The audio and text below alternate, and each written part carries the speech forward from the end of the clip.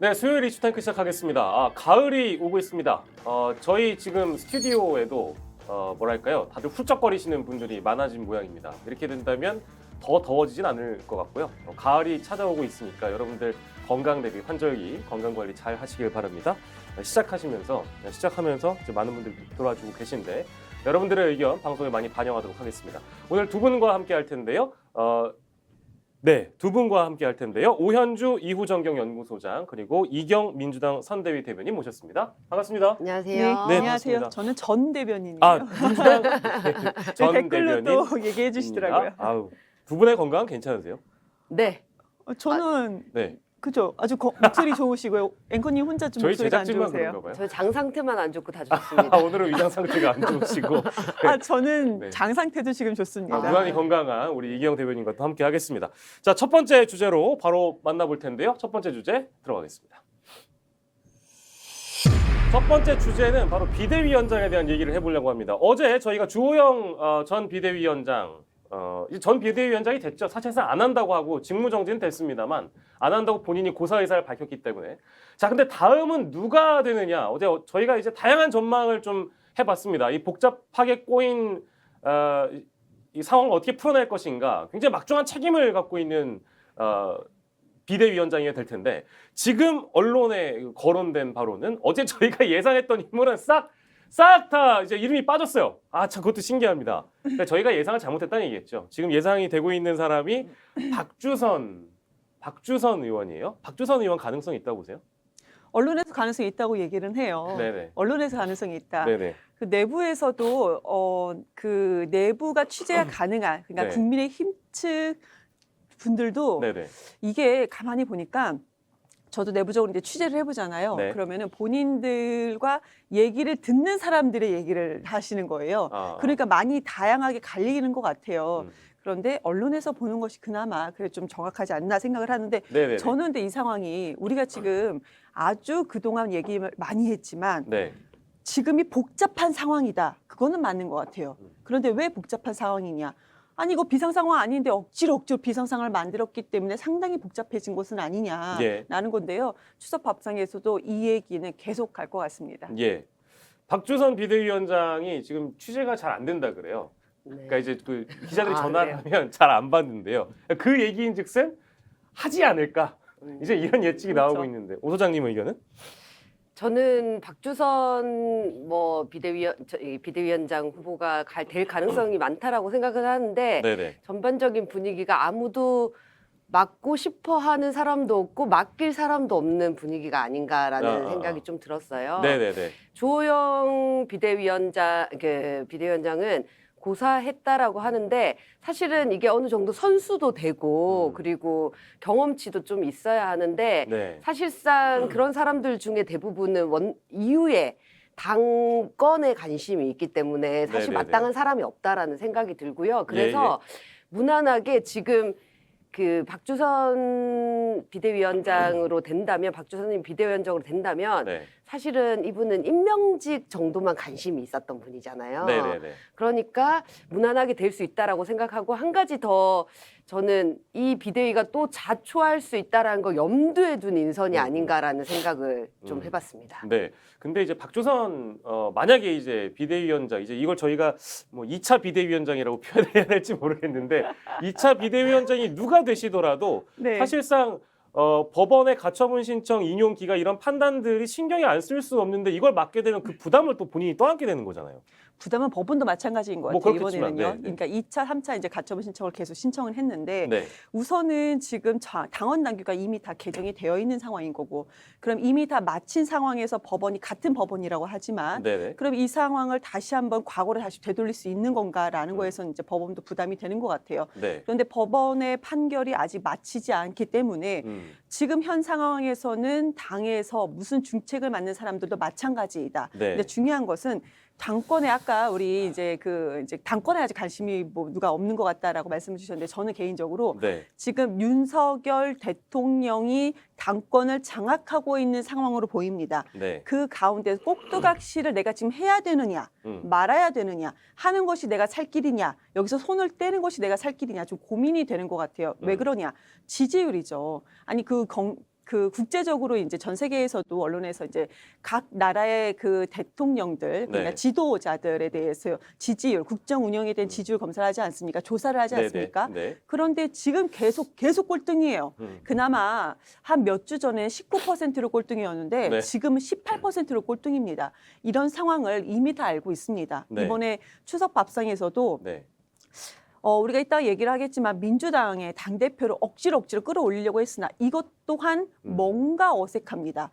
이것 또한 뭔가 프로적이지 못해요. 그런데 국민의힘이라고 한다는 것은 상당히 프로적인 사람들이 그동안의 과거에 있었지 않습니까? 그런데 윤석열 정권의 국민의힘, 그리고 윤석열 정권의 대통령실 상당히 지금 모호하고 아마추어 같고 프로가 아니다. 이 상황에서 내가 당에서 한마디로 내가 지금 깃발을 들고 앞장서는 것이 내가 살 길인가 아니면 죽는 길인가 고민하기 때문에 지금 선뜻 누구나 못 나서는 거다. 저는 그렇게 지금 판단하고 있습니다. 어제로 시간을 잠깐 돌려보면 주호영 전 비대위원장께서 고사를 하고 이제 새로운 인물들을 국민의힘 내부에 찾게 된 이런 일종의 혼란 상황이 주말에 있었던 이준석 기자회견이 영향을 줘서 이런 반응들이 나온 거라고 봐야 될까요? 어떻게 보세요? 이준석 당대표의 기자회견은 저는 개인적으로 이번에는 나가도 좀 더 나갔다라는 생각이 들어요. 예. 좀 더 말을 더욱 더 정제할 필요가 있다.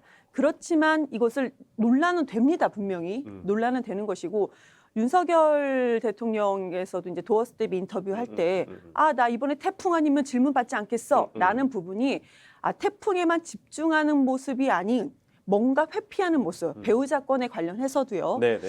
그래서 지금 전반적인 분위기를 보고 이렇게 계산을 하는 것이지 이준석 하나만 놓고 보기에는 너무나도 더 큰 중대한 사안들이 많이 쏟아지고 있습니다. 네네. 우리 오현주 소장께서 보시기엔 또 어떻습니까? 지금 이런 국힘의 이 상황이 내부적인 상황에 더 이제 어떻게 보면 불난데 기름을 부은 사람이 이준석입니까? 이준석의 기자회견이 그런 역할을 했을까요?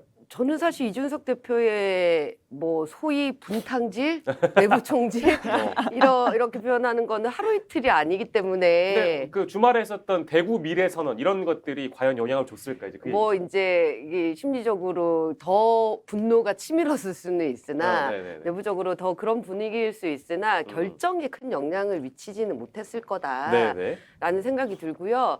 이 새로운 비대위를 뽑는다고 하는데 약간 저는 드라마 하나가 생각이 나는데 예전에 아내의 유혹이라는 드라마에서 아내의 유혹이요 갑자기? 네. 드라마에서 주인공이 물에 빠져 죽었다가 어느 순간 똑같은 이 사람이 점 찍고 나타나거든요. 유명하죠. 네. 나 민소희야 하면서 점 찍고 나타나는데 주호영 비대위원장은 세술을 세부대에 담아야 된다라고 했지만 사실상 이거는 세술도 아니고 세부대도 아니다.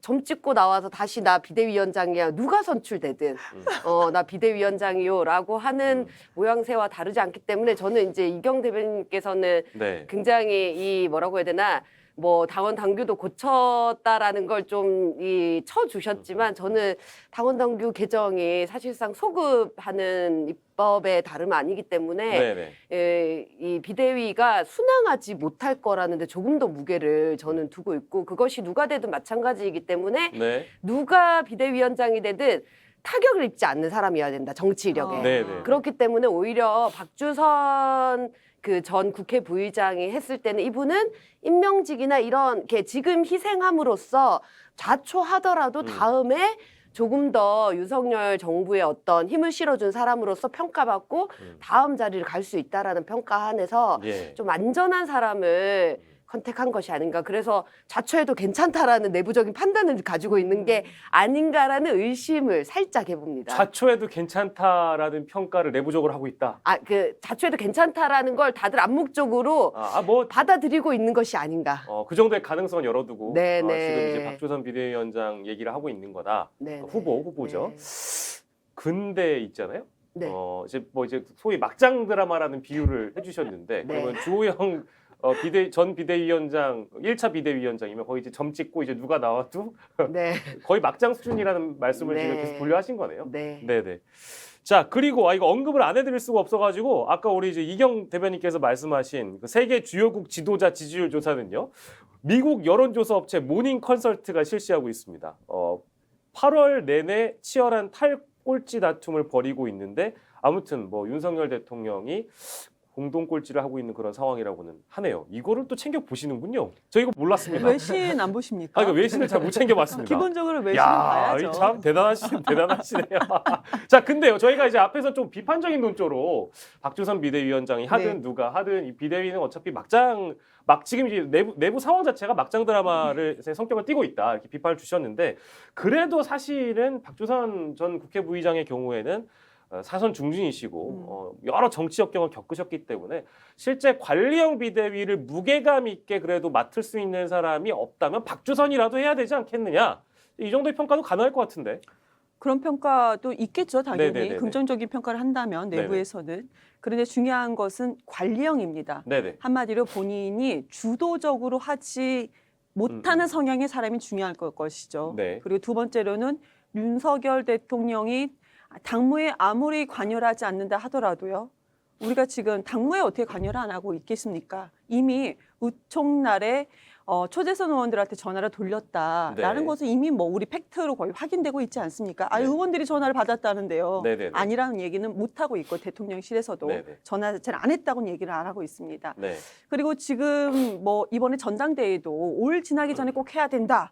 이 얘기도 대통령이 발언하셨습니다. 네. 원래 그런 발언을 하시면 안 되는 거죠. 이미 당무에는 간섭을 이미 하고 계신다. 네네. 그럼 이미 간섭은 하고 있는데 그러면 그 대통령의 발언에 얼마나 정말로 잘 따라주는 사람일까 그런 관점으로 봤을 때 같은 얘기인 거예요. 예. 그러니까 관리형이고 뭐 무겁게 중진이다라는 얘기와 대통령의 말을 되게 잘 듣고 본인이 주도적이지 못하다라는 것은 어떻게 보면은 파지티브로 표현했냐, 네거티브로 표현했냐라는 것이 같은 형이거든요. 그러니까 네네. 저는 그분이 가장 지금으로서는 네. 적당하지 않은가라고 판단을 하고 있습니다. 네, 거의 이제 사실에 가까운 이야기라고 대통령의 당무 개입 말씀 주셨지만 저는 그렇게 믿지 않습니다. 대통령이 아니라고 하면 아닌 겁니다. 저는 그렇게 믿고 있겠습니다. 자, 되게- 윤석열 대통령. 네, 그 비중은 좀 맞춰주시니까 그래도 감사합니다. 네네네. 알겠습니다. 자, 다른 상황 저희가 좀 짚어볼 건데 볼 텐데요. 내부적으로 아무튼 전화를 받는 분들인지 안 받는 분들인지 모르겠습니다만 여당 내부에도 지금 뭐 친윤, 비윤 갈등 조짐이 좀 있단 말이에요. 그래서 초재선 간에도 뭔가 갈등이 있고 그리고 뭐 이런 얘기도 나왔어요. 박수영 의원 절이 싫으면 중이 떠나라. 그리고 뭐 김웅 의원 시주만 챙길 거냐. 이제 이런 발언들 하는 거 보니까 이런 어떤 내부적인 갈등들이 언제부터 시작됐는지 생각을 해보면 비대위 새롭게 출범을 하기 위해서 의견들을 모았던 그 의총 자리에서 좀 의견이 많이 나뉘면서 이제 친윤 대 비윤 대 갈등이 점점 점화되는 거 아닌가라는 생각이 들었는데 앞으로 이런 상황은 뭐 계속되겠죠? 네, 이게 당내 갈등을 흔히 접할 때 이제 처음에 나왔던 얘기들이 내부 총질하지 마라. 네. 뭐 이런 얘기잖아요. 그거는 우리 한 배를 타는데 그래도 이런 발언을 하지 마라라는 걸 굉장히 강하게 얘기하는 언어인데 비해서 이 당내 갈등이 격화돼서 도저히 이 사람들이랑 같이 못하겠다라고 할 때 절 얘기가 나오거든요. 이 속담이 꼭 인용이 됩니다. 네, 그래서 맞습니다. 네. 중이 싫음 절이 절이 싫으면 싫으면 중이 중이 가라. 가라라는 얘기는 너네 같이 하기 싫으면 너네가 나가라. 네. 라는 말이기 때문에 사실상 뭐 이제는 도저히 한 배에서 같이 우리는 갈 수 없다라는 거를 나타내는 어떤 언어적인 표현이 그런 거지 않나라고 해서 갈등이 점점 더 격화되고 있다, 심화되고 있다라는 표현은 맞는 것 같고요. 예. 어쨌든 어느 중이 나갈지는 두고 봐야 하지 않을까라는 생각이 듭니다. 요즘 숟가락 올리시는 분들이 워낙에 많아서 이제 페이스북에 이제 굉장히 많은 그 발언들을 뭐 친윤 비윤 할 것 없이 다 쏟아내고 있는데 박수영 의원의 경우에는 그 표현 말고도 적어도 국민의힘 국회의원이라면 모두가 친윤이어야 된다. 이제 이런 발언을 하셨단 말이에요. 이분은 이 발언이 네. 본인의 마음속에서 우러나온 진심일 것 같아요. 어. 이준석 당대표가 현재까지 저는 당대표 시간이 네네네. 맞다고 생각을 합니다. 이준석 네. 당대표가 얘기하지 않았습니까?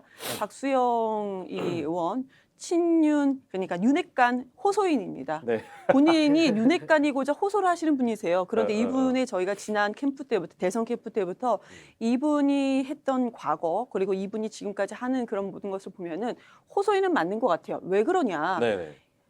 박수영 의원이 그러면은 그 국민의힘 그 내부에서 정말 중책을 맡을 수 있었던 사람, 그러니까 맡아야 된다라는 그런 여론이 있는 사람이냐, 예, 예. 아니면 국민의힘에서 정말 큰 무언가를 그동안 해왔던 사람이냐. 아닙니다. 뭔가를 잡아야 되는 입장이에요. 호소를 해서라도 지금 현재 윤석열 대통령에 대해서 네. 자기가 뭐 바지가랑이라도 잡아야 되는 그런 상황입니다. 예, 예. 그러면은 맞는 말이죠. 지금 모두 다 국민의힘은 모두 윤핵관이어야 된다. 이 말은 본인의 마음에서 깊이 우러나온 말인데 상당히 위험한 발언이죠, 솔직히. 네. 이랬던 사람들이 솔직히 민주당 당원들이 80% 이재명을 지지하는 거에 대해서 네.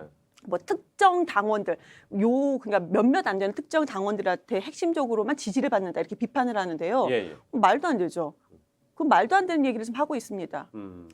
그리고 보통 이 정권 초기에 당정관계 확립을 위해서라도 이 정권 말기에 나오는 얘기잖아요. 네. 친박, 친윤 이런 얘기들이 사실은 말기에는 나올 법한 얘기들이 지금부터 네. 아무런 거름망 없이 그냥 대놓고 얘기할 정도라면 계파 갈등이 굉장히 심각한 걸 드러내는 것과 동시에 이 당정 관계도 이미 다 무너질 대로 무너졌기 때문에 저런 이 구분이 이미 이 P와의 구분이 없어진 상태로 네. 죄송합니다. 네, 말씀하십시오. 네. P와의 구분이 없어진 상태로 뭔가 긴장 관계를 유지해야겠다. 그리고 협력할 건 협력해야겠다. 이런 모양새가 아니라 네. 아예 이 국회가 이 대통령을 보호하고 대통령의 어떤 정권을 사수하기 위한 뭐 요즘 홍위병이라는 얘기도 굉장히 많이 나오는데 네, 네, 네. 예, 그런 것들을 스스로 자초하면서 본인들의 역할을 잃어가고 있는 것이 아닌가. 국민들이 봤을 때는 도대체 한 몸이지 뭐 앞으로 국회가 이 정권을 좀 견제하거나 건강한 비판이 나올 거라는 네. 애당초 기대에는 접어야 되지 않을까라는 좀 우려가 드는 발언이라고 할 수 있습니다. 두 분 중에 한 분이 어차피 또 말씀해 주시겠지만 다 이러는 이유가 사실상 공천 때문에 그런 거 아니에요? 네. 그런 거 아닙니까? 이거 뭐 길게 얘기할 것 없이 저분들이 저렇게 뭔가 호소를 하고 있는 이유는 윤핵관 호소인으로서 저런 주장을 하고 있는 이유는 공천 주세요 아니겠습니까? 그렇죠. 그런데 보통 공천이라고 하는 것은 지금 과거에 문재인 대통령 체제 때 이제 우리 당대표 체제로 본다면은요. 네. 공천을 받기 위해서 문재인 대통령한테 잘 보이지 않습니다. 안 왔었어요. 음. 공천 못 받아요. 제가 그때 당시에 내부 거의 비공개 회의까지 다 들어가서 대충 내용은 알지만 문재인 대통령한테 잘 보인다고 해서 공천을 받는다? 아니거든요. 공천관리위원장이나 당대표한테 그럼 예쁨 받아야 되는 그런 상황이겠죠? 전반적으로 열심히 해야겠죠. 그렇지만 지금은 되게 상당히 웃긴 게 예, 예. 국민의힘 현재 구도에서는 초재선 의원들 다 포함해서요. 예. 대통령한테 잘 보이면 마치 공천을 받을 수 있는 것처럼 지금 생각이 돼요. 만약에 정치의 고관여층이 아니셨던 분, 네. 최근에 지금 윤석열 대통령이 우리 대통령이 되고 난 다음에 이상하다 나라 돌아가는 것이라고 네, 하면서 네, 네. 정치에 최근에 조금 고관여층이 되신 분들은 네, 네. 아마 그렇게 생각할 거예요. 아, 대통령한테 잘 보이면 공천을 받는구나. 대통령한테 밉보이면은 국회의원도 안 되는 거고 대통령한테 밉보이면 저렇게 당대표도 당원까지 전부 다 바꿔가면서 처음에 안 된다는 분위기였음에도 불구하고 대통령이 이렇게 딱 내부 총질이란 문자를 하나면은 저렇게 당원들이 뽑은 당대표도 저렇게 버릴 수가 있는 거구나 라는 생각하지 않으실까요? 네. 지금 우리 청소년들 이제 뭐 정치에 관심을 가진 청소년들 사이에서도 그런 분위기가 돌지 않을까요? 이거는 상당히 잘못된 건데 네네. 이것이 마치 괜찮은 거 마냥 이것이 마치 이거 정말로 원칙을 위배하는 거 아니에요? 그런데 그렇게 외쳤던 무슨 뭐 공정과 상식이라든지 원칙이라든지 이런 네. 부분을 다 위배하면서 하고 네네. 있다라는 말씀, 참 참담한 말씀을 드리겠습니다. 근데 사실 네네. 공천만 바라진 않는다. 그러면 공천과 플러스 함께 알파가 플러스 있다. 알파가 있다. 뭡니까? 근데 옵션이 더 크다라는 생각이 드는데요. 공천 말고 그 옵션이 옵션이요? 더 크다. 어떤 옵션일까요? 이제까지 드러난 바로는 윤핵관들이 단순히 뭐 이렇게 공천 이런 게 아니라 윤핵관의 핵심적인 거는 이 다양한 정권의 이 사람 보내기거든요. 네네네. 그러니까 이 인사 추천 이런 것들까지 통틀어서 할 수 있기 때문에 이 사람을 이렇게 정치권에서 어쨌든 누군가를 취직시켜주고 사람을 관리한다는 거는 어마어마한 권력의 실세 그리고 대통령과 소통하면서 계속적으로 이 실세 역할을 할 수 있기 때문에 네. 그것이 단순히 뭐 공천 넘어서 네. 공천 플러스 다른 사람을 공천할 수 있는 어떤 권한까지 가질 수 있는 입김을 가질 수 있는 거기 때문에 막강한 실세로 부상할 수 있기 때문에 아주 기를 쓰고 하지 않는가라는 길을 쓰고 대통령을 향해 구애를 하고 있지 않은가. 네, 네. 근데 의원들이 나서서 이렇게 하는 걸 보면은 진짜 대통령을 향한 구애가 이렇게 엄청난 걸 보면은 이미 상징하고 있는 것 같아요. 의원들조차도 우리 대통령께서는 뭐 이제 실제 민생을 챙기시다 보니까 이런 거에 절대 개입하지 않을 뿐인데 의원들이 지금 보여주고 있다. 대통령의 구애를 하면 뭔가를 얻을 수 있다라는 그런 이게 상징적인 장면들이지 않을까라는 생각이 저도 일반 시민인 저도 동시에 들고 있습니다. 자, 다른 얘기를 좀 해보겠습니다. 자, 이제 그러면 좋아요. 뭐 다 일정대로 가서 뭐 누가 비대위원장이 되든 관리형 비대위가 출범하든 2차 비대위가 됩니다. 그럼 그 이후에 성동이 형은 집에 갑니까 이제? 물러납니까? 드디어 물러나는 건가요? 어떻습니까?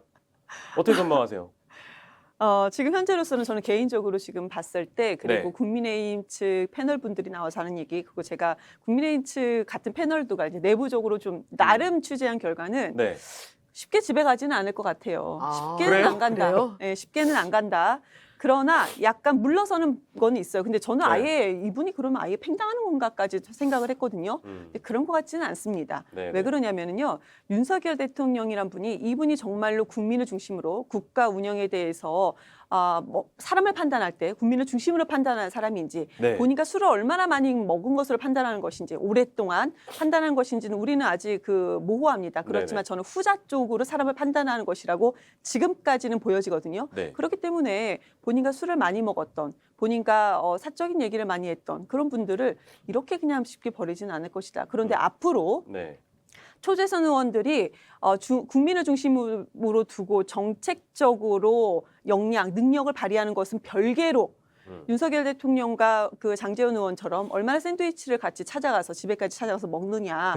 약간 그 사사로운 것들과의 친분을 과시하면 과시할수록 또 인선 문제는 그때 좀 달라지지 않을까라고 지금은 저는 그렇게 생각하고 있습니다. 그러니까 권성동 대표가 물러나지 않으면 새로운 2차 비대위가 꾸려지면 당연히 이제 당연직으로 비대위원으로 들어갈 거고 그리고 새 비대위원장이 오시면 저희가 이제 얼마 전에도 얘기한 적 있지만 새 비대위가 이렇게 그렇게 이제 권성동을 포함하여 탄생이 되면 추석 연휴에 인사하러 가지 않겠습니까? 시민들한테 이제 또 어디 용산이나 어디 가가지고 인사할 거 아니에요? 근데 사실 제가 생각해도 그렇고 워낙에 그동안 이제 권성동 원내대표가 문제의 핵심, 중심에 있었기 때문에 아마 일정상은 내일 이제 출범이 비대위가 되면 바로 이제 사퇴 의사를 밝히진 않을까라는 생각을 했습니다만 이경 대변인의 취재에 따르면 아닌 걸로 들리고요. 아닐 가능성도 있다. 아닐 가능성도 네. 있다로 보이고요. 오 소장이 보시기엔. 저는 사퇴를 하는 게 추석에 훨씬 도움이 될 거라고 생각해서 이미 예정되어 있는 것이 아닌가라는 생각은 훨씬 많이 하고 있거든요. 네네. 여권 관계자들 같은 경우에 어쨌든 뭐 이게 정확하게 어디에서 얘기했는지는 분명하지 않으나 의원총회에서 네. 그런 발언을 했다라는 이제 얘기들도 나오고 있기 때문에 네. 본인이 물러나겠다. 새로운 비대위가 설립하면. 네. 그렇기 때문에 사실상은 물러나는 수순이라고 보여지는데요. 네. 그리고 그렇다고 새 비대위원장과 같이 추석 인사를 하러 가는 게 또 모양새가 좋지 않기도 하고 네. 뭐 본인이 빠지기도 뭐하고 네. 그렇기 때문에 저는 사퇴할 거라고 예상은 하고 있고요. 네네. 어쨌든 새로운 비대위원장이 사퇴하고 이후에 원내대표를 구할 때까지 버티게 네. 하는 게 크게 의미가 없다. 네. 네, 그렇기 때문에 깔끔하게 사퇴하지만 다만 사퇴하는 것이 완전히 본인이 뭐 장제원 의원처럼 다시는 뭔가를 맡지 않겠다. 네. 이런 선언을 하고 사퇴하는 것이 아니라 그냥 조용히 사퇴하고 조용히. 네, 그리고 다시 뭔가 좀 이 반전의 계기를 모색하는 방식의 네.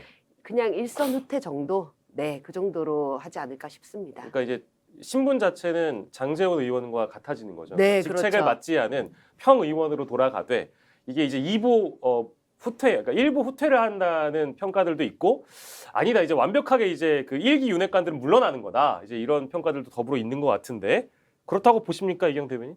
그럴 가능성도 있다. 그렇지만 그 잠시 만약에 물러난다 하더라도 저는 잠시 물러나는 것이다. 잠시? 물러나는 그러니까 명절 밥상에서 이거 되게 의식하는 것 같아요. 지금 어제 보십시오. 갑자기 어제 그제 막 이렇게 태풍으로 인해서 너무 과하게 하지 않습니까? 네. 과해도 너무 과하다 이런 정도까지인데 의식은 상당히 많이 한다. 그러니까 이번에 잠시 물러난다 한다면 잠시 그렇지만 다시 쓸 거라고 생각해요. 왜 그러냐? 네. 그러면은 그분께서도 가만히 있을 거냐? 다시 뭔가 이렇게 같이 만나고 뭐 접선을 하지 않겠습니까? 네네, 대통령에게 사적으로. 네. 그러면 뭐 다시 또 무언가를 맡을 거라고 저는 생각이 듭니다. 왜냐하면 임기가 이제 대통령 임기가 4년 반이나 이상 남았기 때문에 120일 지났어요. 아, 그랬군요. 아, 상기시켜줘서 감사합니다.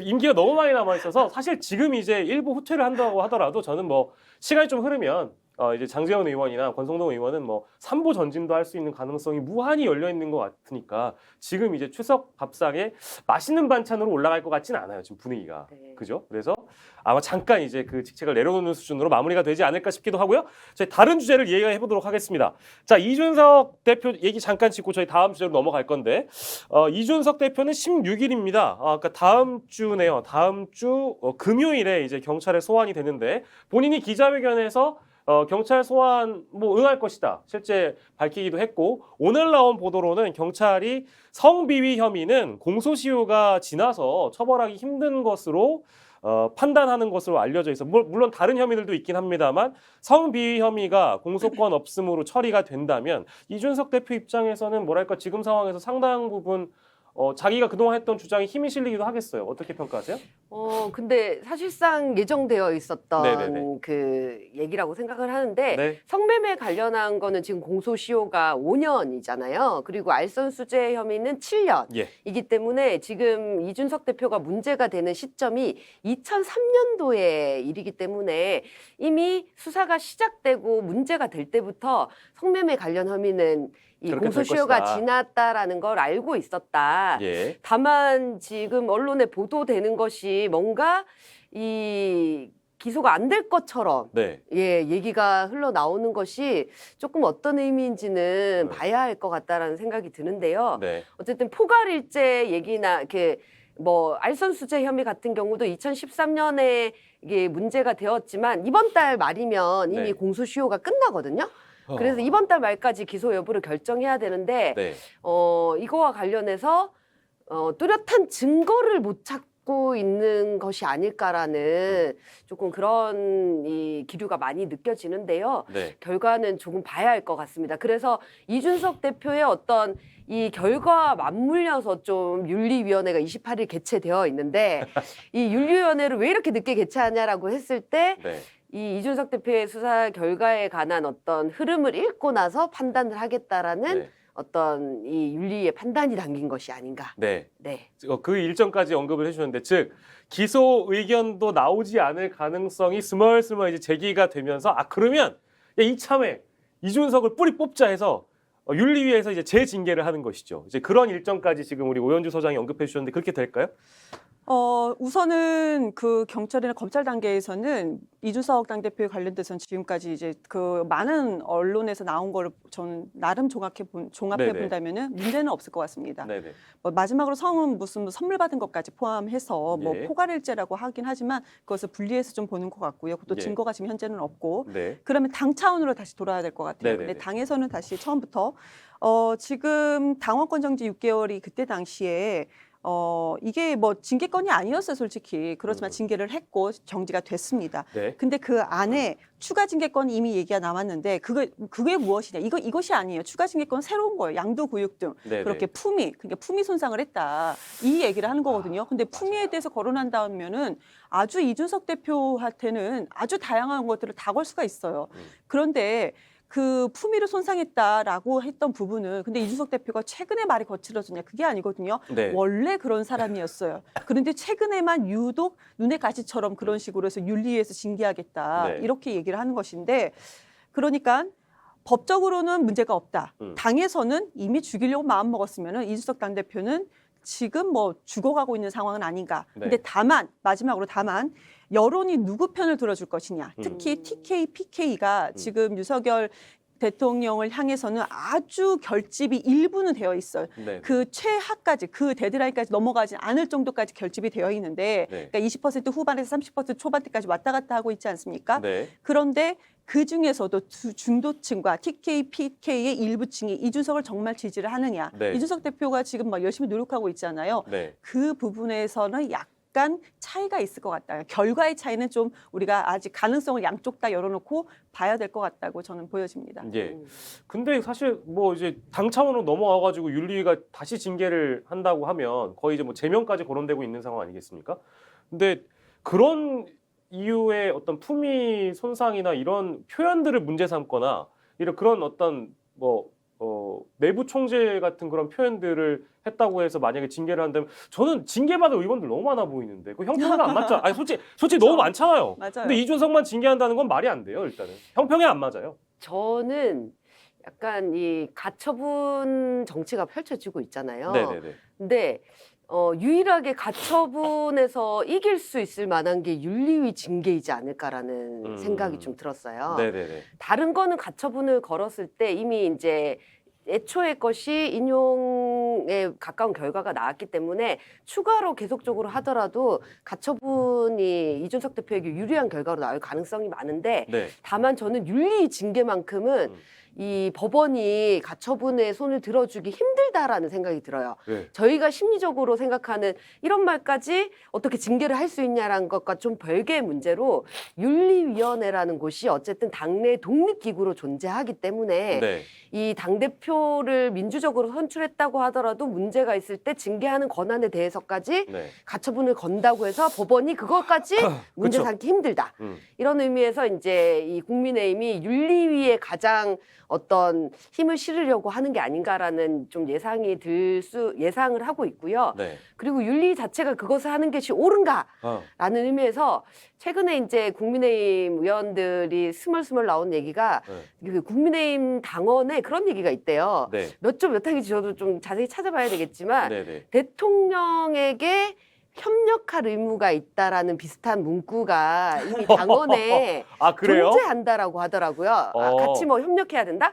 어쨌든 그랬을 때 여러 가지 의미에서 뭐 품위 유지부터 시작해서 해당 행위라고 판단할 수도 있을 것 같고 네. 대통령이 협력하는 것을 제대로 하지 않았던 어떤 문제 이런 것까지 다 묶어서 판단을 아주 세게 내리지 않을까라는 생각이 듭니다. 그런 의미에서 이 윤리위원회 징계는 예정된 수순이 아닐까라는 생각이 제가 들었습니다. 짧게 첨언을 드리자면은 네. 제가 생각했을 때는 아까 말씀 주신 것처럼 그 윤리위는 독립기구여야 한다 말씀을 그렇게 주셨는데 맞습니다. 옳으신 말씀인데 근데 국민의힘의 윤리위는 독립기구가 아니고 네. 대통령실의 산하기구다. 저는 그렇게 판단이 돼요. 왜 그러냐? 네네. 윤리가요 징계하겠다고 예고한 적을 본 적이 있습니까?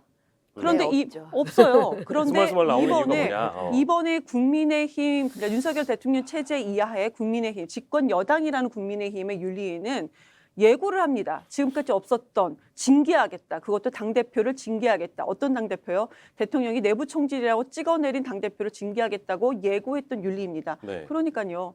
대통령실의 산하기구이다라는 것이 저의 판단입니다. 네, 이경 전 대변인 윤리위는 대통령실의 산하기구다. 기사 하나 뽑아주시고요. 자, 근데 이제 그런 생각도 듭니다. 이제 산하기구인데 어쨌든 한 개인으로 보자면 지금 윤리위원장이 당원권 정지를 6개월이나 때렸을 때 본인도 굉장히 부담을 가졌을 거 아니에요? 이준석을 징계하면서. 근데 추가 징계를 하는데 이제 제명까지 해야 돼. 그 결정을 윤리위원장인 내가 내려야 돼. 이거 너무 개인적으로 큰 부담을 그분에게 드리는 거 아닐까요? 그렇게 할 수 있을까요? 이게 이제 이 뭐 규정 자체가 당을 해당 행위를 하고 있다. 그다음에 뭐 이런 것들이 아주 판단 자체가 굉장히 이렇게 막대 구부르기처럼 이렇게 하면 이렇게 되고 이렇게 뭐라고 해야 되나 귀에 걸면 귀걸이 코에 걸면 코걸이처럼 굉장히 애매모호한 부분이 있습니다. 사실 네. 그거를 이렇게 남겨두는 게 당적으로 남겨두는 게 이제까지 당내를 정치를 통해서 네네네. 이 뭔가 사법기구에 기대지 않고 당 안에서 좀 유연하게 적용할 수 있도록 하는 거기 때문에 그것이 꼭 나쁘다고는 할 수 없는 것 같아요. 그런 상황에서 이미 당내 정서라는 게 있잖아요. 국민의힘 정서라는 게 네. 이준석 대표는 절대 다시 돌아오면 안 되는 어떤 사람, 그리고 뭐 당에 손해를 끼친 거는 막대하다라고 이전에 어떤 지도자에 비해서 막대하다라고 판단하고 있기 때문에 저는 뭐 꼼꼼히 따지는 어떤 법적인 문제로서 이 법리를 따지기보다는 윤리위원장이 이미 그 윤리위원들도 마찬가지고 네네. 이거는 용서할 수 없는 일이고 이거는 당에 막대한 해당 행위를 했다라고 판단을 하고 있지 않을까 내심은. 네. 네. 결과적으로는 결론은 많이 바뀌기 어려울 거다라는 생각이 듭니다. 그것이 네네. 옳든 그르든 또 악용될 수 있다라는 판단도 듭니다만 사실은 이제까지 정치권 내에서 저는 그 강조하고 싶은 게 사법기구에 가지 않았기 때문에 정치권 내에서 윤리위나 당규위를 통해서 좀 어떤 다양한 당의 이 의원들의 행동 혹은 당 지도부의 행동에 대해서 네. 견제해온 측면이 있다. 네네. 그것이 꼭 나쁘게만 볼 수는 없다라는 생각입니다. 그렇군요. 네. 답은 이미 정해져 있어서 그 결론을 놓고 지금 윤리위는 달려가고 있는 것 같다는 생각이 좀 드는데 일단은 추석 연휴에 굵직굵직한 결정들이 많이 기다리고 있습니다. 그때까지는 아무튼 이런 얘기들은 계속해서 반복될 가능성이 높아 보이네요. 자, 오늘 러버 제스퍼님 이런 의견 주셨네요. 꼼수 국힘, 조폭 국힘, 한심하다 김영민님, 이경호 의원님 옳은 말씀만 속속하시는 게 너무 공감됩니다라는 평가를 주셨습니다. 제가 아직 의원이 아닙니다. 그러니까요. 자, 공감에 어쨌든 메시지 주셔서 감사드리고요. 다음 주제로 넘어가도록 하겠습니다. 다음 주제로 갈게요. 자, 검찰은 답정 너다. 답정 너가 무슨 뜻인지 잘 아시죠? 답은 정해져 있으니까 너는 뭐 대답만 해. 이제 이런 건데 이거를 달리 표현하자면 기소는 정해져 있으니까 이재명 당대표는 출석만 해라고 이제 던졌는데 출석을 안 하겠다는 겁니다. 그럼 뭐 기소하는 거 아니냐? 이제 이런 주제로 잡아봤어요. 기소를 결론 내고 달려가고 있다? 이렇게 봐야 될까요? 어떻습니까? 그렇죠. 검찰은요. 지금 검찰이 정치질을 하고 있는 것이다라는 생각이 드는데요. 이건 뭐 저만의 생각은 아닌 것 같아요. 네네. 많은 분들이 그렇게 생각을 하는 것이고. 그런데 이게 기소가 가능할 것인가? 검찰이 제가 다른 방송에서도 말씀을 드렸지만 검찰이 서툴러도 너무 서툴렀다. 아마추어적인 거예요. 너무 성급한 그거 같아요. 왜 네. 그러냐? 기소하겠다는 것이 첫 번째. 그럼 서면 조사에 성실히 응하지 않았다는 것인데 총 3가지가 있었습니다. 근데 네. 2가지는 서면 조사에 응했고 나머지 하나는 그때 민주당이 그 경선, 그러니까 당대표 네. 그 기간 아니었습니까? 네. 경선을 포함한 그런 기간이었습니다. 그래서 당대표에 출마를 해서 선거 시기에 그때 하나는 미흡했습니다. 그렇게 이제 시인을 했고요. 예. 그러면 서면조사를 우리가 지금 정확하게 하겠다라는 겁니다. 성실하게 더 하겠다. 네. 3가지를 다 안았다는 게 아닙니다. 예. 나머지 하나에도 약간 부족한 부분에 대해 하겠다 했는데요. 네. 그러면은 그 부분으로 하면 됩니다. 그런데 꾸역꾸역 그것도 출석 요구를 했습니다. 그건 좀 억지다. 그런데 이거의 처음부터 협박이라고 생각했는데 그런데 이제 백현도 관련해서는 네. 간단하게 말씀드리면 협박이라고 생각해서 이거는 그때 당시에 박근혜 정부의 국토부가 협박하다시피 용도 변경에 협박하다시피 했다라는 발언이 네. 내가 생각한 협박이 허위 사실이다라는 거예요. 맞지 않죠? 예. 그리고 대장동권 개발에서도 그 산하기관에 계신 그 7급 공무원이세요. 팀장 정도 되는 처장이신데 네. 그러니까 그때 성남시의 산하기관 공무원들이 솔직히 몇 명인지 아세요? 4,000명입니다. 4,000명의 모든 공무원들 중에서 이분 어느 한 특정한 것을 담당했던 분을 그때 당시에 내가 기억하지 못했다. 네네네. 이게 내가 기억하지 못했다는 것이 어떻게 허위 사실입니까? 그러니까요. 이런 부분에 대해서 나의 느낌과 나의 기억이 당신이 발언했어. 방송에서 발언하고 국감장에서 발언한 것이 이거 허위 사실이야 라고 얘기하면서 경기도에 지금 압수수색을 들어가지 않았습니까? 네, 어제 들어갔죠. 아니 나의 기억과 나의 생각이 그렇다 느꼈다고 했는데 네. 그럼 나의 기억과 나의 생각에 대해서 압수수색 할 것입니까? 그러면 경기도를 지금 압수수색하고 보여주기식 하고 있는 거예요 지금. 그런데 너무 아마추어적인 그런 모습밖에 보이지 않습니다. 왜냐하면 본안, 그러니까 본질에 대해서 본안에서 다룰 만한 거 진짜 백현동에서 뭐가 나왔구나. 지금까지 수사하고 있었잖아요. 네네. 대장동에서 뭐가 나왔구나 라고 한다면은 국민들 모두 그러니까 중도층에 계신 분들까지도 이해를 하겠습니다. 네. 그렇지만 너의 기억과 너의 머릿속, 너의 이런 부름, 너의 느낌이 허위다라는 것은 억지 중에 너무 억지라고 네. 보여집니다. 네, 저도 일정 부분 공감하는 게 일부 받고 있는 혐의와 관련해서 경기도청을 압수수색했는데 저기서 어떤 증거를 검찰이 확보하기 위한 압수수색인가 생각을 해보면 글쎄라는 생각이 좀 들어가지고요. 오현주 소장께서는? 저희 압수수색까지 하는 건 너무 무리수를 두고 있는 것이 아닌가 검찰이 네네네. 라는 생각이 들고 애초에 이제 저는 지난주에도 말씀드렸다시피 그 지금 허위사실 공표라고 하는 것도 조금 과한 측면이 있다라고 보는데 거기에 더해서 뭐 저는 그 출석해서 조사하자라고 하는 건 검찰로서는 약간 좀 억울한 면이 있다.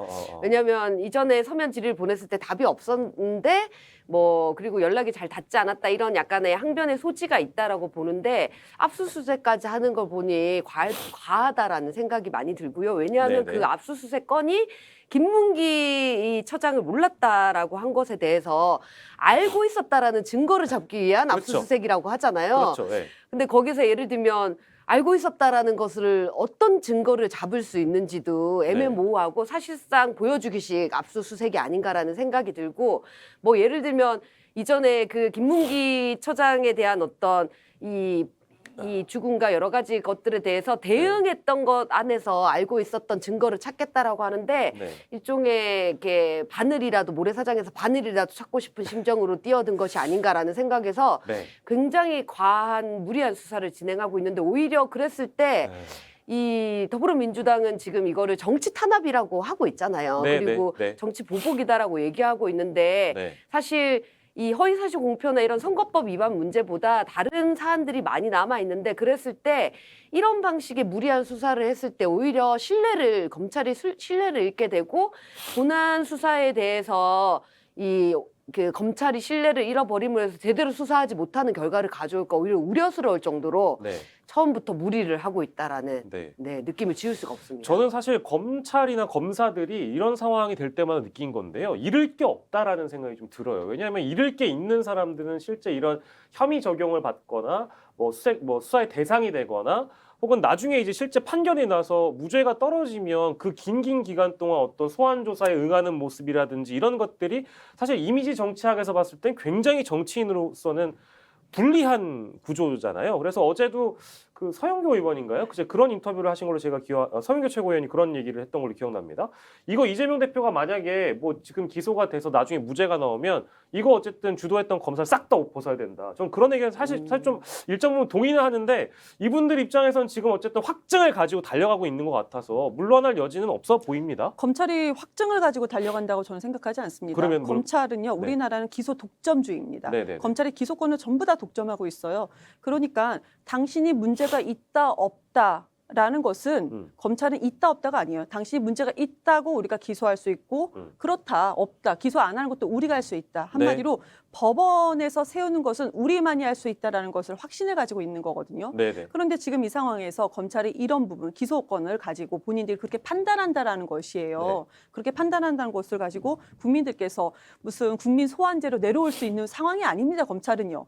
완전히 철밥통이거든요. 네네. 그렇기 때문에 그렇게 마음대로 할 수 있다. 그리고 그런 권한을 내가 공부를 하고 내가 시험을 통과해서 내가 그런 권한을 가졌다라고 지금 믿고 있는 단체, 조직, 그러니까 전부 다는 아니겠죠. 네네네. 그 조직에서도 그런 분들이 지금 일부 있는 것 같습니다. 예. 근데 이거 좀 너무 뭐 무리한 결론을 내놓고 출발할 필요는 없는 것 같은데 실제 이제 기소가 되고 만약에 일종의 어떤 형이 나온다고 하면 의원직 상실과 관련이 있다 없다 이거에 대한 해석도 좀 분분한 것 같더라고요. 어떻게 예상을 해봐야 되는 겁니까? 이거 너무 가정이긴 한데. 의원직 상실 이상의 형이 나온다고 했을 때요? 예. 아니 지금 보면은 뭐 예를 들면 디테일이 좀 다르긴 한데 뭐 이제 이게 대선 후보 시절에 했던 발언이기 때문에 의원직과 관계가 없다라는 이제 의견도 있는 것 같고 아니다 뭐 이제 국회법상 해석을 해보면 뭐 피선거권 박탈이라는 거는 실제 가능하기 때문에 의원직 상실과도 관련이 있다 이제 이렇게 해석이 좀 분분한 것 같아요. 어떻게 봐야 될까요, 이거는?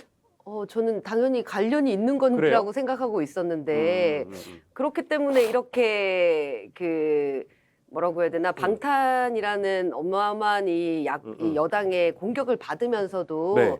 사실은 전면전을 하고 이렇게 막아서는 거는 네. 의원직 상실이 가능할 수도 있다라는 전제하에서 하고 있는 거기 때문에 100만 원 이상이 피선거권 무념 박탈이죠? 네, 맞습니다. 근데 그렇게 된다고 해가지고 이게 지금 대선 후보 시절 얘기를 하고 있는 거니까 이재명 의원의 의원직 상실이 가능하다? 이건 아니잖아요. 네. 그런 거 아니에요? 법률적으로 그걸 어떻게 봐야 돼요? 법률은 네, 그 부분은 제가 좀 판단하기가 어렵긴 하네요. 좀 어떻게 봐야 어렵네요. 돼요? 저도 이제 네네. 율사 출신이 아니기 때문에 네네네. 주변에 이제 변호사들한테도 물어보고 그리고 네네네. 상대 패널이 국민의힘 패널인데 그래도 변호사인 경우에 있잖아요. 예예예. 근데 물어보는데 의원직 상실까지는 이건 네. 좀 억지다. 지금 억지다? 현재로서는 음. 제가 아까 본안을 말씀드렸지만 본안이 아직 그 본안 내용이 전혀 없어요. 지금 네네. 현재까지는 너무 네. 억지이다. 그럼 반대로요. 지금 김건희, 그러니까 그 영부인 김건희 씨 관련해서도 네네. 주가 조작 시기 그때 뭐 거래하지 않았다. 그리고 이거 그때 주가 조작했던 선수 이모 씨와 절연했다라고 네. 얘기하지 않았습니까? 그런데 뭐 윤석열 당시 후보가 윤석열 당시 이제 경선 과정에서 그런 네네네. 얘기를 했습니다. 후보가 그때 네. 당시 후보 당시에 그럼 이것도 허위 사실 공표가 맞습니다. 네. 이것도 맞죠. 이거는 그런데 언론에서 팩트 체크를 했던 부분이 있는 것이고 네네. 그리고 법원에 아니 그 검찰 단계에서도요. 그게 범죄 일람표 내용만 우리가 분석을 한다 하더라도 네. 사실이 다 나와 있는 거가 맞습니다. 음. 그런데 거짓말하지 않았습니까? 허위사실 공표했습니다. 네. 그래서 만약에 지금 그때 당시 말했던 것이 다 동일하게 맞다라고 한다면은요. 네. 지금 많은 분들이 그 대통령은 이게 무슨 내라메란이 아니면 기소하지 못한다라는 것 때문에 공소시효가 사라진다고 하는데요. 네. 대법원 판례 공소시효가 남아 있습니다. 이명박 대통령 때 우리는 지켜봤어요. 이미 네. 판례가 네. 있는 것이고 공소시효가 남아 있으면 나중에 감옥을 보낼 수 있느냐 이 부분은 이제 논외로 한다 하더라도요. 최소한 그때 그것이 당신이 정말 허위 사실이 맞다라고 한다면 국민의힘은 어떻게 되냐면은요. 지금 선거 보전 비용 국가에서 보전 비용 받지 않습니까? 수백억 원대예요. 네네네. 이거 국민의힘이 다 토해내야 됩니다. 네, 그 이 몇백억 부분에. 된다고 하죠? 네, 이 부분에 대해서 다 내놔야 됩니다. 그런 부분까지도 다 좀 우리가 판단을 좀 더 거시적으로 좀 봐야 될 거라고 생각합니다. 네, 이제 그런 관련 보도들은 나오고 있는데 실제 기소 이후에 뭐 100만 원 이상을 받게 되면 어떻게 할 것이냐 이제 이재명 의원과 관련돼서 이제 그런 보도가 있어서 저희가 좀 추가적으로 짚어본 거고요. 제가 그 짧게 네네네네네. 한 말씀만 더 네, 드리면 네. 그거는 솔직히 그 보도가 처음부터 어디서 나왔느냐를 우리는 다 판단하고 출처를 좀 네네네. 보고 있거든요. 네, 물론 뭐 보수 언론에서 많이들 얘기하는 것이고 네, 그러면 이것을 어떻게 보면 그 언론이 만들어낸 프레임. 근데 의원직 상실이 말이 안 된다는 것은 많은 분들이 이제 이미 알고 계세요. 그런데 언론 그 프레임, 그 네. 언론 프레임을 왜 만들어졌느냐? 예, 다시 말씀드리지만 명절, 밥상이죠. 의원직 상실까지도 가능하대. 네. 어떻게 되는 거야? 네. 뭔가 잘못이 있었겠지. 네. 아니 검찰에서 불렀는데 왜 가지를 않아? 이런 얘기를 만들기 위한 프레임이다. 그렇게 보여지지 않습니까? 그렇게 보이십니까? 네, 저는 의원직 상실이 가능하다라고 생각하는 입장으로서 그래요? 근데 이걸로 의원직 상실이 되는 거는 부당하다라고 판단하고 있지만 이 사안으로 뭐 제가 이게 법관도 아니지만 어쨌든 저는 과도한 기소라고 이제 기소 의견 송치라고 봤는데요. 어쨌든 그럼에도 불구하고 이 선거 그 대통령 선거를 통해서 하더라도 공직선거법 이 기간이 아직까지 남아 있잖아요. 예, 그러니까 제가 판단하기에는 이 공직선거법 아직 그 공소시효가 남아 있는 상황에서 이 부분에 관해서 기소가 되고 법원의 판결로 넘어갔을 때 그 부분이 100만 원 이상 나오면 현재 직을 유지하고 있다면 그것도 저는 이 해당돼서 직위에 영향을 미칠 수 있다라고 보는 입장이거든요. 예, 근데 뭐 좀 저희 너무 먼 얘기를 가정해놓고 했기 네네네네. 때문에 또 오해하실까봐 요 정도로만 하고 아까 이제 김건희 여사 관련된 얘기가 나왔기 때문에 민주당에서는 지금 김건희 특검 이제 이거 해야 된다라고 지금 실제 발의까지 지금 간 상황인가요? 그런 걸로 알고 오늘. 있는, 그죠? 오늘 한다고 하죠. 오늘 발의한다고 하죠. 네. 그렇게 되면은 지금 이제 뭐 이 상황 돌이킬 수가 없는 것 같고 아무튼 이제 우리가 시간 조금 돌려보면 전쟁입니다로 돌아가는 겁니다. 실제 진짜 이제 전면전 양상으로 가게 되는 건데 여러 가지 의혹들 왜 이제 이재명 형평성에 대한 문제가 있죠. 이재명 당대표의 수사 속도에 비춰봤을 때 그리고 수사 결과에 놓고 봤을 때 왜 이렇게 다른 적용을 하는가에 대한 그 지적은 오늘 하지는 않겠습니다. 너무 많이 이제 지적이 됐으니까. 근데 다만 김건희 특검과 관련해서는 일각에서 속도를 조절할 필요가 있다. 당 내부에서도 이제 나오는 목소리가 있는 것 같아요. 그렇습니까? 당 내부에서 나오는 목소리가 지금 우리가 공개된 분들은 한 3-4분 정도. 네네. 민주당 국회의원이 176명입니다. 네. 거기에서 3-4분 정도가 얘기가 나오는 것인데 3-4분 정도가 이거 속도 조절 네. 해야 된다고 얘기한다고요? 그런데 그것을 언론에서는 네. 1대1 비중으로 다 다루고 있어요. 50대 50인 것 마냥 네네. 마치 한 50%가 그렇게 얘기를 하는 것 마냥 지금 다루고 있는데 네네. 이건 좀 봐야 될 것 같아요. 근데 네. 속도 조절에 대해서는 만약에 네. 저는 일부 찬성을 합니다. 만약에 죄송합니다. 예, 예. 괜찮습니다. 만약에 민주당의 국회의원들이 예. 그렇게 많은 상황이 아니었다. 네. 정말로 그 작은 민주당이다라고 한다면은 네. 선택과 집중을 해야 되는 것이 맞습니다. 네. 네. 그렇지만요, 지금 민주당의 국회의원들이 많습니다. 그러면은 해야 될 역할들이 되게 상당히 많다라는 것이에요. 특검에 하는 그런 의원들은 특검으로 주장을 하는 것이고 민생 챙길 부분 상임위마다 좀 아니면 특위 이런 거 예, 만들 수 예. 있지 않습니까? 네. 그런 식으로 업무 분담을 해서 해야 되는 것인데 이걸 전반적으로 하나의 민주당인 것처럼 176명이 아니고 마치 뭐 16명, 17명인 것처럼 그런 식으로 이거 지금 속도 조절만 해야 된다라는 것은 좀 문제가 있다라고 저는 생각을 하고요. 예. 그리고 지금 민주당에서 협치하자고 했는데 대통령한테 네. 갑자기 이런 식으로 출석 요구, 검찰의 출석 요구로 응답하지 않았습니까? 그리고 김건희 씨 관련돼서는 뭐 우리가 크게 3가지, 주가 조작, 논문 표절, 허위 경력. 그런데 이게요, 지금 뭐 언론에서도 많이 노출이 됐지만 깊이 있는 수사를 해야 되는 부분인가? 아직 수사가 미흡한가? 아니에요. 제대로 수사를 안 했던 부분이에요. 네. 오히려 수사기관이 아닌 언론에서 더 많이 합니다. 주가 조작도요. 지금 2019년도 12월부터 2012년도 12월이 주가 조작 시기라고 확정되지 않았습니까? 네. 그때 당시 김건희 여사가 주가 조작하지 않았다. 여기 가담하지 않았다. 그런데 주식 거래하지 않았다고 윤석열 대통령이 얘기했지만 그때 146만 주가 거래된 것이 이미 확인이 되어 있어요. 해야 되죠, 이 부분.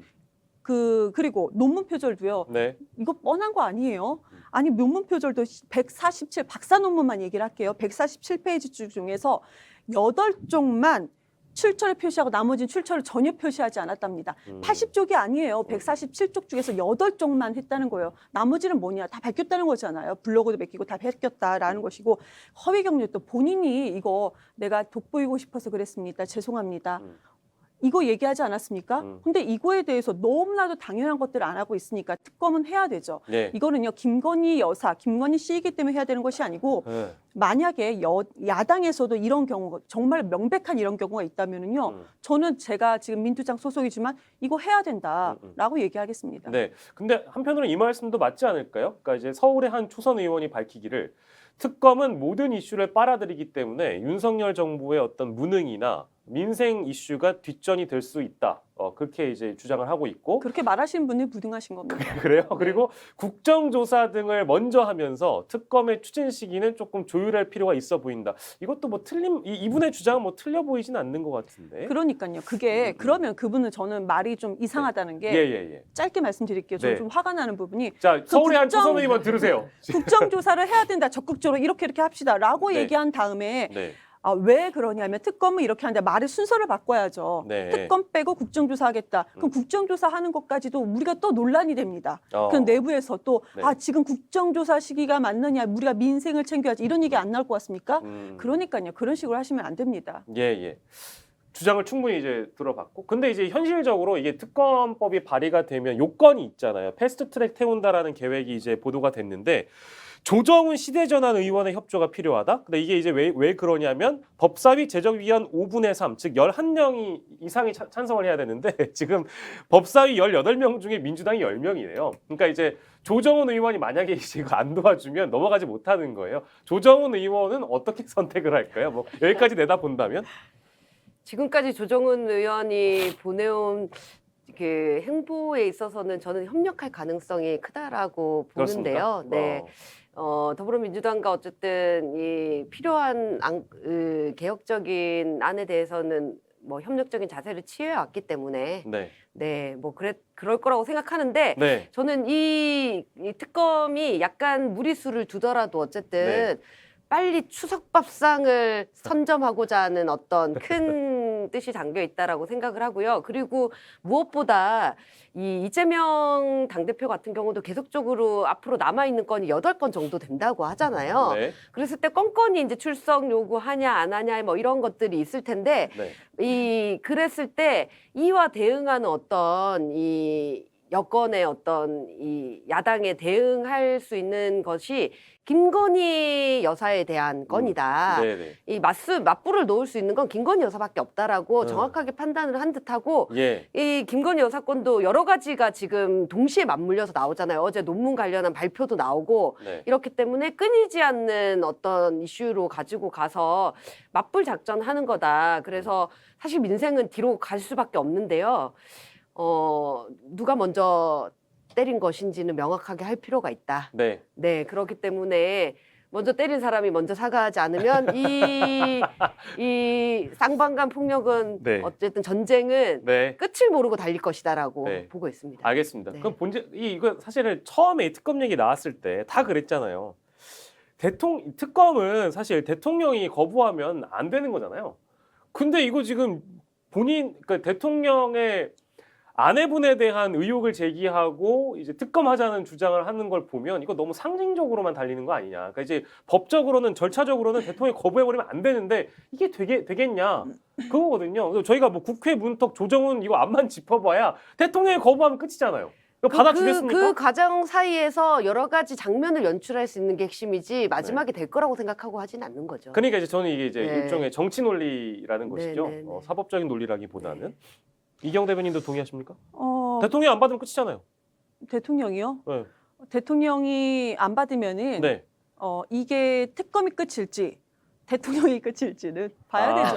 국민들 입장에서는 공정과 상식을 외쳤는데 국회까지 통과한 걸 대통령이 안 받는 거 보면 저거는 말뿐인 공정과 상식 아니었냐 이제 이런 비판을 받을 수 있다. 아니, 당당하게 네. 민주당 이재명 대표를 향해서 네. 당당하게 수사받아라 얘기하지 않았습니까? 네. 그러면 김건희 씨에 대해서도 음. 대통령이 당당하게 당당하게 수사 받으세요. 당신은 네. 잘못한 게 없지 않습니까? 네. 얘기 왜 못해요? 해야 되죠. 그리고 민주당이요. 지금 네. 네. 민생이 없다라고 많이들 아시는데 이거는 정말로 네.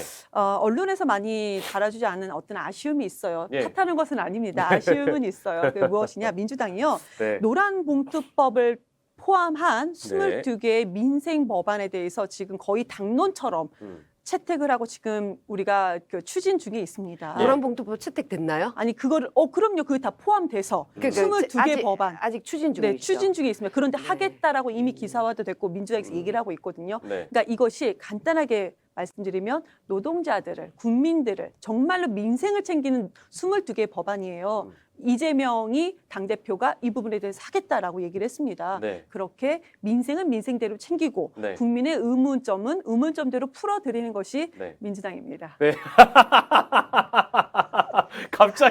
갑자기 그런 홍보를 하시면 제가 감사드립니다. 근데 이게 저는 아쉽다는 거예요. 그러니까 노란 봉투 좋은데 이게 상대적으로 좀 보도에서 이제 뒷전이 돼버린 이유가 이제 이런 어떤 물론 그렇죠. 이제 투트랙으로 다 한다는 말씀을 주셨는데 국민의 의문은 의문대로 풀고 민생은 민생대로 챙기는 게 민주당이다 이런 말씀 주셨는데 너무 상대적으로 이제 이런 김건희 특검이나 이재명 의원 관련된 이런 것들이 대서특필이 되다 보니까 이제 묻히는 게 저는 이제 아쉽다. 그러니까 오히려 더 속도 조절을 해야 된다라는 아까 그 이제 일부 의원의 주장이 바로 이런 점을 지적한 거 아닐까 싶다는 거죠. 네, 제 아니, 얘기는. 이재명 사실 당대표가 가장 인상적이고 국민들의 인기를 구가할 때는 사실 정책을 뭔가를 짠했을 때였거든요. 네네.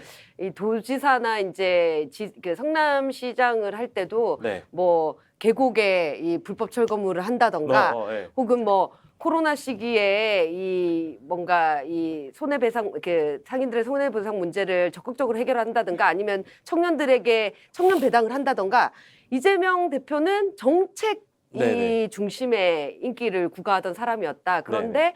참 당대표 초기부터 정책이라는 게 드러날 공간이 없다라는 측면에서는 네. 이재명 당대표에게도 굉장히 지금 깝깝한 상황이 아닐까라는 생각이 많이 들어요. 근데 싸움은 누가 걸었는지는 명확하게 하고 가자고 아까 말씀하셨으니까. 아까 이제 먼저 때리는 이게 학교에서 학폭위가 열릴 때도 누가 먼저 때렸냐가 그렇죠. 굉장히 누가 먼저 중요해요. 때렸는지는 확실하고 가야죠. 말싸움을 하는 것도 이제 언어 폭력일 수 있지만 어쨌든 정확하게 누가 먼저 때렸는가 네. 이건 굉장히 중요한. 그거 언급은 안 해주셨으니까 빨리 언급해. 누가 먼저 때렸어요?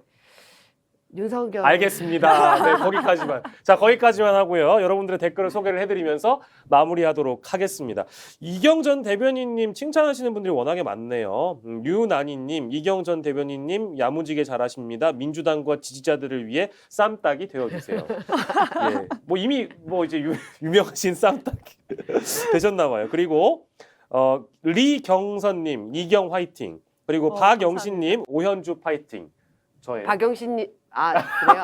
박영신님. 제가 해드린 거예요. 감사합니다. 네, 오연주 파이팅. 자, 그리고 신훈님께는 꼭 한마디 드려야 되겠네요. 새로운 방송 스픽스를 애청하고 있습니다. 그러나 송구권의 혼술에서 서정욱 변호사 극우 인사 출연을 보고 실망했습니다. 이제 이런 표현을 주셨네요. 물론 여러분들의 의견 과감하게 다 봤는데요. 저희는 뭐 오른쪽 왼쪽 뭐 그게 어떤 의견이든 다 출연이 가능한 방송국이니까 그렇게 이해를 해주시면 되겠습니다. 물론 그분들의 의견은 존중하는데 그분들을 또 이제 뭐 좋아하시는 분들도 있을 것 같아서 의견을 실어 드리되 사실관계에 대한 판단은 여러분들께서 좀 해주시면 감사드립니다. 아무튼 좌우의 날개로 함께 날고 있는 방송 스픽스입니다. 자, 오늘 두 분과 함께 했는데요. 이경 민주당 전선대위 대변인 그리고 오현주 이후정경 연구소장과 함께 했습니다. 고생하셨습니다. 감사합니다. 네, 감사합니다.